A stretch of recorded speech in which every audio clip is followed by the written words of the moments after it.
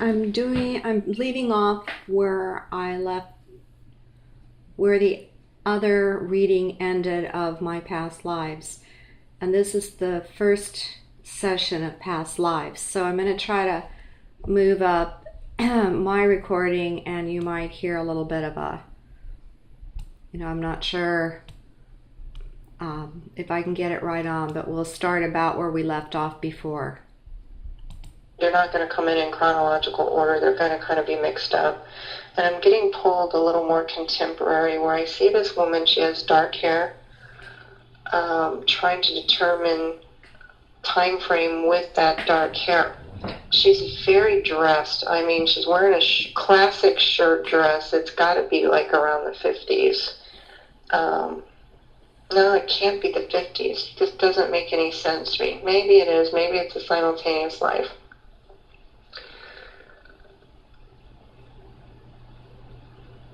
I'm trying to go back and to ask for a date, a time, because I need to look up this clothing to see what she's trying to tell me, because basically it's the clothing. It's really weird because I'm confused by this life, because it's like your mother and daughter at the same time. And it's like you really are a soul that chose to have two physical lives at the same time, but it's like your mother and daughter at the same time. It's bizarre. But this woman has dark hair. One of her, and she's beautiful. You've always been like beautiful people. One of her really outstanding features is her lips, for some reason. She wears this lipstick that's not quite red, but it's in the red tone. And she really highlights this feature in having this very dark hair.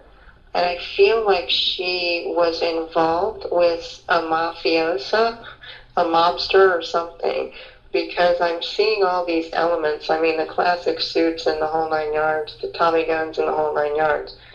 And there's definitely a young girl, daughter, around her. But she also she drinks a lot.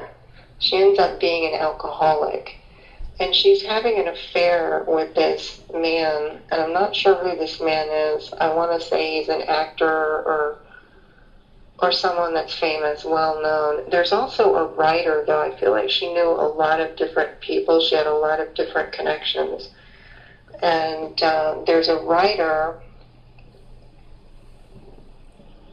and this is a fairly famous writer.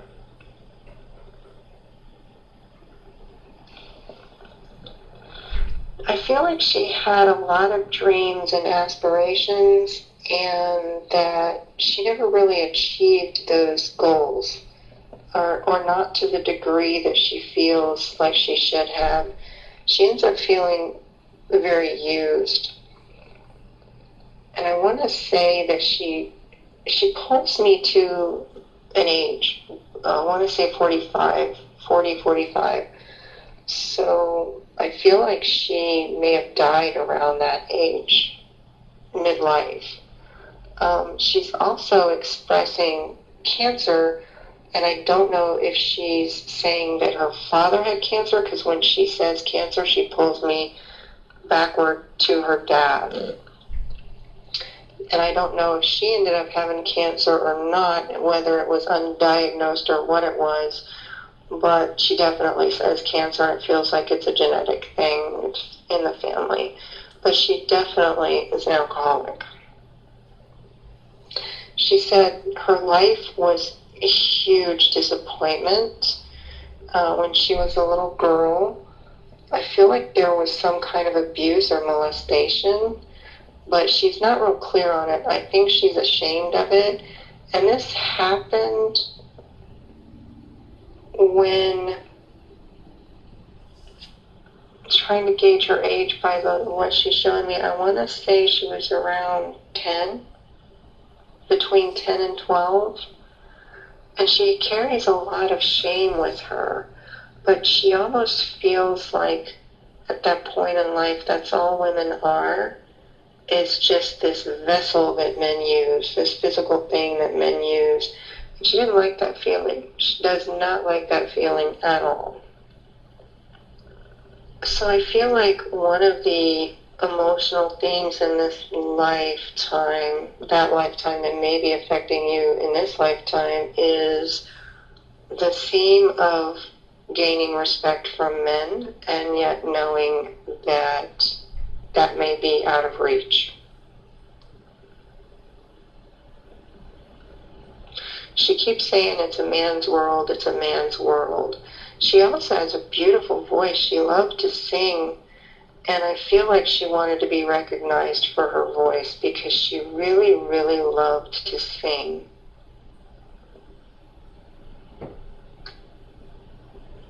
She's definitely bringing up cancer again. I think dying was one of her big fears that kind of haunted her throughout life, and yet she hated her life. I mean, she hated the way that she was treated by men as just this object. I don't know if she's correcting me on time frame because she's saying the 30s.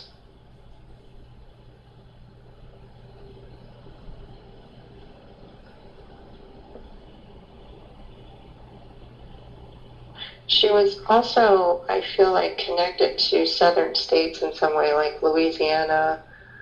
I feel like the Keys, the Florida Keys, and I don't know if this was also, whether she ever went to the Keys or if one of the men that she was connected to was in the Keys or went to the Keys frequently. A lot of illegal stuff going on, too.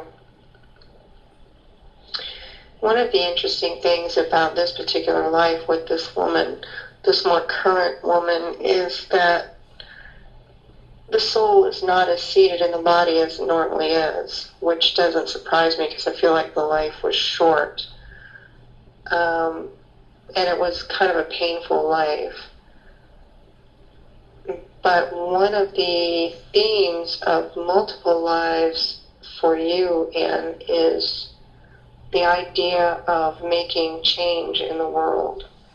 In some lives, most of the time, that was positive change, a need for positive change, but other times it was not.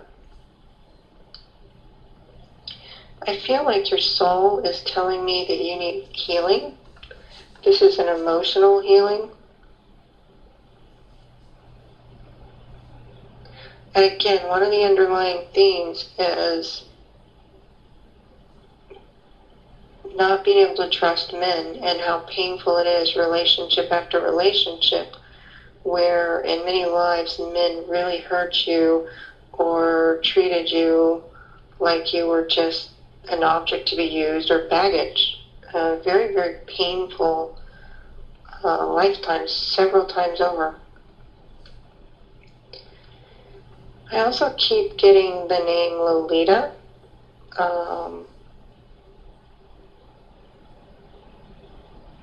And I'm seeing a woman, this goes back, I want to say this is Spanish, and she again, beautiful, beautiful woman, beautiful figure.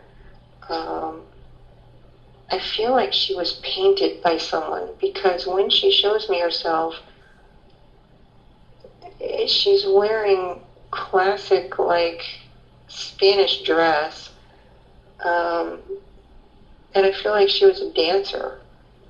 But she's wearing this red dress with like a black underskirt and black shoes, beautiful wavy hair, turned to the side, and I feel like she was posing, and it's a painting. It's a painting. She says she comes from a very beautiful place. Her country is very, very beautiful. She's showing me like these streets that, I don't know if it's cobblestone, but it's these stone streets, beautiful villa, village type villa, sunny, warm, everyone is friendly. It's the kind of place where everybody knows your name, you know everybody. She shows me this little boy running through the street. He's smiling. I want to say he's got a loaf of bread. Everybody's happy in this little villa is the only thing I can call it. And I'm not real familiar with Spain at all. But it's a very beautiful place. Now, in this lifetime, she really enjoyed her life. And the interesting thing about this lifetime, and I'm not sure of the time frame, but she loved being a woman. In that lifetime, Anne, you loved being a woman. You were sexy, you were sensual, you were provocative, and you loved it. Men always were looking at you and complimenting you. You were well loved. Some women were jealous, but you didn't care. Men were always giving you flowers, jewelry, necklaces. There was one man in particular that you were in love with, but mostly you did not allow yourself to get really connected to any one man. Even though you were in love with this man, it wasn't like if he left you, you would die. You were comfortable with yourself. You were very, very balanced in this life. Very positive, very healthy outlook on life. Now, this man that was in love with you, interestingly, he feels like he's tall to me, which is odd considering I feel like this is Spain.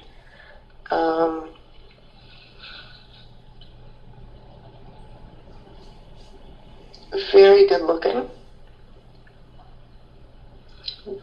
Very powerful man. Very well loved. I have no idea what this guy does for a living, but he's got money, he's financially stable, he's very well off. Loves you, but understands that you're like this free spirit that he can never fully hold fast to. So you're very balanced, this is a very, very healthy life for you, considering some of the pain that you've been through. And this woman, again, she loved to dance, and I don't know if she was famous for dancing or known for dancing, but she loved to dance.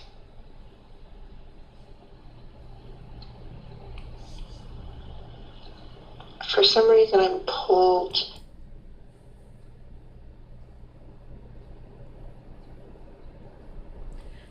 Okay, I will do the rest on another tape.